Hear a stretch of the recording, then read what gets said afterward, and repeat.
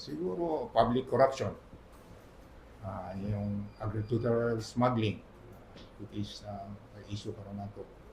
And siguro white collar crimes and cyber crimes. Public corruption, anti-smuggling, white collar crimes. Sir Gian.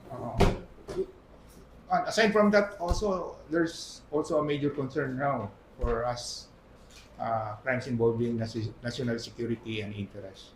I've been signed in Mindanao.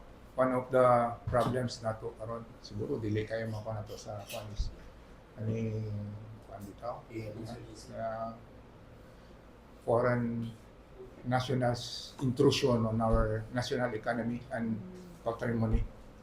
So, when I was assigned in Mindanao, nag-focus po kami sa whole dito sa region, including other NBI officers na bitaw, Filipino, mga foreign nationals nga naging Filipino citizen. Kasi once you've been Filipino national, you can now involve on our everything that sa ato politika, environment. You can now purchase real estate. You can now invest on anything kung Filipino citizen na ka.